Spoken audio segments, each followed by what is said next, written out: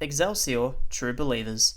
Our topic today is writer and Disney legend, Stan the Man Lee, co-creator of Black Panther, Daredevil, Hulk, Iron Man, Spider-Man, Thor, Black Widow, Scarlet Witch, and the Agent of S.H.I.E.L.D., Nick Fury. Welcome to another episode of The Real Heroes. Remember to subscribe to the feed and publish reviews on YouTube, Spotify, Google, Apple Podcasts, or wherever you listen. Remember to download the episodes, and if you want to support the show, you can find The Real Heroes on Patreon. My guest today is Dr. Liam Burke of Swinburne University. I am your host, Michael Lay, and this is The Real Heroes podcast. So, who exactly is Stan Lee? Stan Lee would often be described as, perhaps the Walt Disney or Steve Jobs of comics, in that he is, if you ask someone on the street to name a comic book creator, he's the likely creator that they will mention. And that is, owing to two key factors. One, his prolific, high profile characters that he created, but also his ability to sell himself. I don't know if he was a great businessman in the sense that he probably didn't financially reap the benefits of the characters quite like he could, but he was a great huckster in the sense that he could sell. He could sell the characters and he could sell himself. And so whether it was a comic book convention appearances, or whether it was on chat shows, or whether it was through his monthly columns, even as editor and publisher at Marvel Comics, he was able to kind of sell the idea of Stan Lee and that sort of kind of celebrity cult that he built around himself was every bit as potent as his individual creations. Lee spoke about his childhood in this interview from 2006. December 28th was a very important date for me in the year 1922. That's when I was born. My parents used to like to take photographs of me. They didn't have a camera, but there were always people in the neighborhood, professional photographers. I think you'd pay them a dime at that time. And they would have a little pony with them, and they'd put the little kid on the pony and take this photo and give the photo to the mother. But anyway, I had a fairly normal childhood, I guess. We didn't have any money. It was during the Depression. My father, who was a great guy, but he had trouble getting a job. And so he was unemployed most of the time. My earliest memories are just him sitting home reading the want ads in the newspaper, time and again. The one thing I wanted was a bicycle, and finally my folks scraped up enough money, and they bought me this two-wheeler. And man, I felt as though I had been freed, because now I could go anywhere on that bike. I could ride downtown, I could go across town, because obviously we didn't have a car. In fact, as I think back, we didn't have a telephone either. Because, of course, he wasn't born Stan Lee. He's born Stanley Lieber. He is, like most comic creators of his generation, a young European immigrant, of modest, origins. He starts working comics, I think, as early as 17 through a family friend. He gets a connection to work at Atlas Comics. His first published work is a backup text story in Captain America 3, where I think he introduced the concept of throwing the shield. And with Kirby and Simon and some of the other, older figures who were still, in their late teens and early 20s, at Atlas going off to fight in the war, he becomes the editor at Marvel Comics at a very young age. World War II broke out, and I like an idiot, I volunteered. I wanted to be a hero, but I never got overseas. I enlisted, and they put me in the Signal Corps, and I trained to be one of these fellas that goes ahead of the troops and fixes the wires for communication. I learned how to climb telegraph poles and string wires and put them ahead so they had radio communication. Whatever, I don't even remember what it was, but I was real good at climbing telegraph poles. And I was supposed to do that, and then they found out I had written comics. And apparently they needed somebody. They had an outfit, don't remember the exact name, but they produced training films for the Army. And there were a lot of big people there. William Saroyan was one of the people who wrote training films, Frank Capra, and others, a fellow named Ivan Goff, who wrote the James Cagney movie White Heat, really big writers. I was the token nobody. I was asked to do a poster to remind the troops to go to a pro station after a night of bliss with a young lady. Well, how do you do a poster like that? So I finally figured it out. Each pro station had a little, I think, a green light over the door. That's how you identified them. So I drew a little door with a green light over it, and I drew a little soldier, a cartoon character, walking into the door, and he's like this: VD, not me, as he walks in. That was the whole thing. The soldier like that with the dialogue balloon over his head. VD, not me. They must have printed 100 trillion of those. They were distributed all over.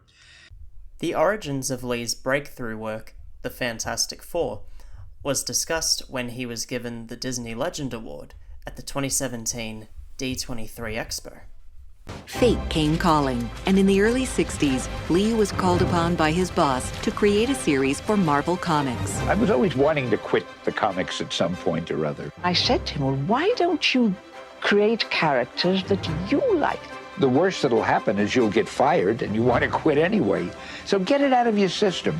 And that to me was a real epiphany. Lee did away with some of the usual comic conventions, creating a more realistic and relatable slate of superheroes. Stan teamed up with Jack Kirby to create the Fantastic Four in 1961. And he continues his involvement in comics through the uncertain periods of the 1940s and 50s. And, often, at least in his more retrospective accounts, describes how he was getting ready to leave comics and with one last roll of the dice created or co-created the Fantastic Four in the early 1960s and 1961, I think. And the success of the Fantastic Four begat the success of SpiderMan, Incredible Hulk, X-Men, Avengers, and the list goes on and on, giving rise to the Marvel Renaissance. And he created superheroes with feet of clay. These were characters who were equally cursed and blessed by their newfound powers, where up until that point, Wonder Woman were fairly benign and bland figures. The Fantastic Four were a squabbling family that regularly fell out. Spider-Man suffered so many trials and tribulations in both his personal and his superheroic identity that he became more identifiable. And for readers in the early 1960s, these Marvel comics seemed to be much more relatable because of the civilian protagonists were not billionaires or aliens, but characters who lived in New York and had real trials and tribulations. And that kind of meant that their transformation into these heroic types was kind of elevated in a way. And that really set Marvel apart. It's kind of, and another thing that set Marvel apart, which was kind of one of Kirby's innovations, was that they became much more of a fan community, where DC Comics was still kind of keeping their readers at arm's length. Stan Lee, as the writer and editor and subsequently publisher at Marvel, through letters pages, Stan's Soapbox, organizations like the Merry Marvel Marching Society, invited the readers in, acknowledged their presence, celebrated their contributions, and created a quite devout fan community that would not only celebrate him, but celebrate Marvel Comics. And that continues to this day. We see the almost like the Marvel versus DC divide, which now extends to movies and TV shows. And Stan Lee becomes the public face of comics from most of the Western world. One such hero with feet of clay was Lee's co-creation with artist Steve Ditko, Peter Parker's Spider-Man. As explained in the documentary, Spider-Man: The Mythology of the 21st Century, by artist John Byrne. Most of Spider-Man's visual identity comes from the original Steve Ditko stuff. His stuff was so deliciously quirky, and it was just perfect for the character. And John Romita brought a level of kind of a glamour to it that took it to another level. And if you mush Steve Ditko and John Romita together, you kind of end up with what I was trying to do for Spider-Man.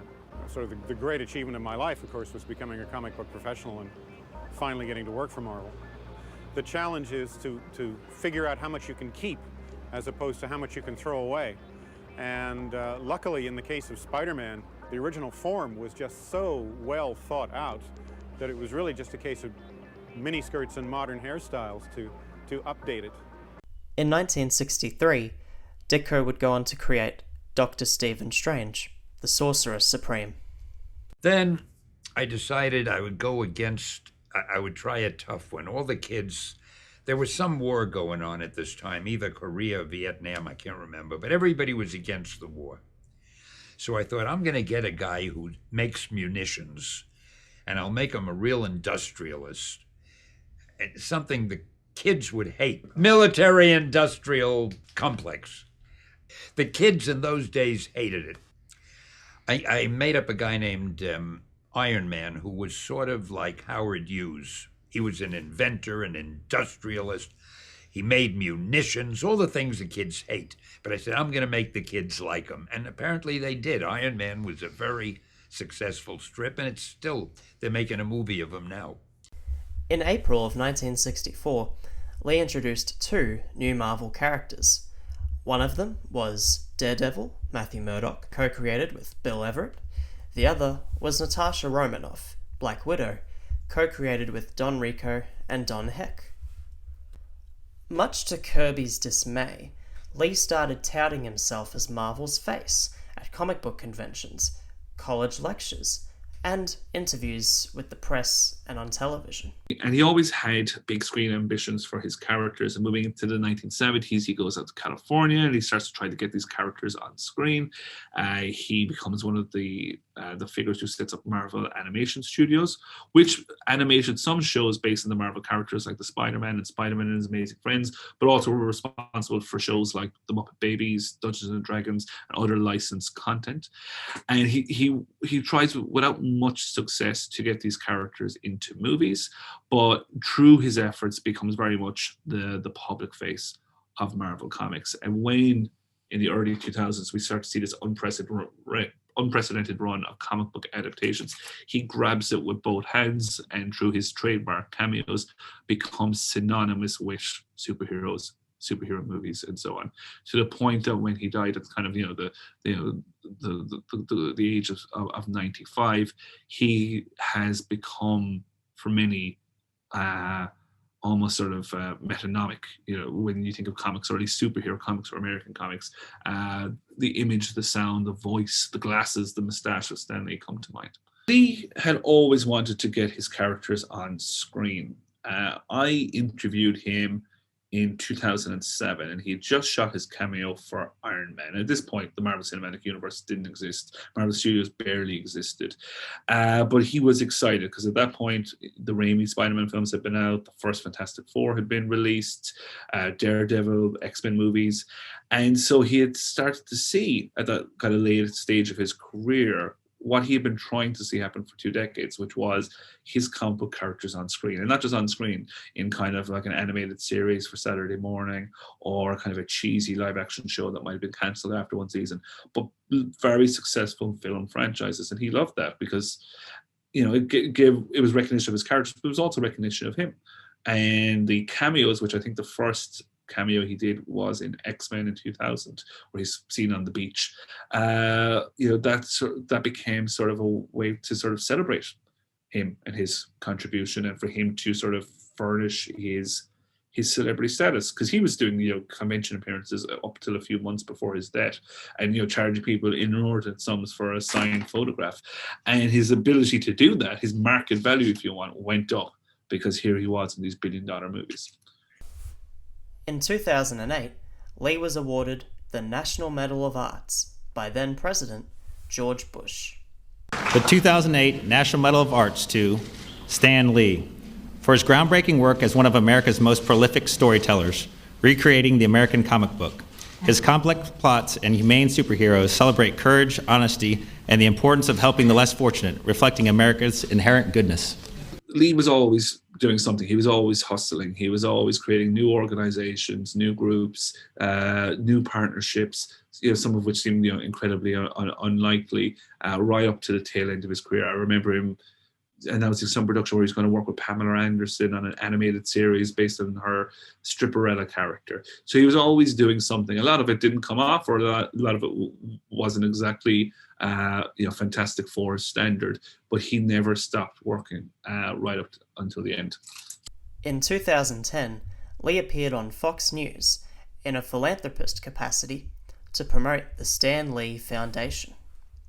He's the creator of Iron Man and Spider-Man. Mr. Lee, good to see you this morning. If you call me Mr. Lee, I'm walking out. Oh, okay. It's Stan. Gosh, and by the way, I know you're gently over 45. You look fabulous. You're yes, so I do. Fit. It's my stock and trade. That's how I get. That. I get by on my looks. So now the Stan Lee Foundation, and I want to go to Ted now. Ted is the chairman of the Stan Lee Foundation. Ted Adams. Befor you tell me what it is, what's it like working with this guy? It's an education. Every day I've had a chance to interact with this. Even yesterday, we were walking in the New York Stock Exchange, and he was kicking out quotes, and I was writing them down, and it's life lessons every time. I'm incredibly quotable. Absolutely. All right. So what is the foundation? The foundation is basically building on Stan's legacy, and the legacy of, like you mentioned, Batman and some of the things that are from DC Comics.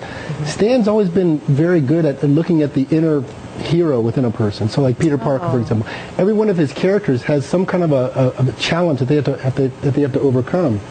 In the case of education, there's 1 in 8 worldwide cannot read. That's 800 million people worldwide are illiterate. So the foundation is basically built upon the ideals that education, whether it's literacy or mathematics or even arts, is something that we can bring to the world. And again, with Stan as our legacy, and the person who's we're basing this on, is something that interacts with every segment of society. On the 12th of November 2018, the unthinkable happened, as confirmed by CNN. Breaking news in the world of Hollywood. An American icon, comic books, has passed away. Marvel Comics co-creator Stan Lee, the brains behind SpiderMan, Black Panther, the Fantastic Four, has died. He was 95. Like when he did ultimately pass, it surprised many, which it shouldn't have, because he was quite senior at that stage. But it just seemed like he had an inexhaustible enthusiasm. But later in his career, there was this desire to sort of recognize his contribution and to give him accolades that couldn't be given to figures like Jack Kirby or even Bob Kane, the Siegel and Schuster, those other icons, if there's a Mount Rushmore of American superhero comic creators, because they had all passed, and kind of Lee was the last high profile figure, and so I think he became sort of almost emblematic of the whole golden age, and so the recognition for him was the recognition for the industry. When Stan Lee died at the age of 95, it wasn't a surprise in the sense that he was quite old at that point. His wife had died months earlier. There had been lots of discussions about infighting with his daughter and his manager and his personal care. He was still being trotted around on the convention circuit, but was very noticeably unwell. And so it wasn't a surprise in that respect, but it was a surprise in the sense that Stan Lee had always been there. He was the bedrock of the American comic book industry in the sense that he connected the very earliest days of the golden age right up to the modern transmedia empires. And so while obviously all these characters will continue for generations to come, it was still kind of hard to uncouple them from the guy who at the very least had co-created them. And so there was it was a period to reflect on his legacy, and also to reflect on how, particularly in the past 2 decades, that legacy had extended far beyond the comic book page. On the 15th of May 2019, K.R. Morgan, Lee's manager, was officially charged with elder abuse. And that is a wrap for this episode of The Real Heroes. Be sure to support the Patreon for this week's bonus episode, the story behind Stan Lee's cameo in the 1995 Kevin Smith film Mallrats.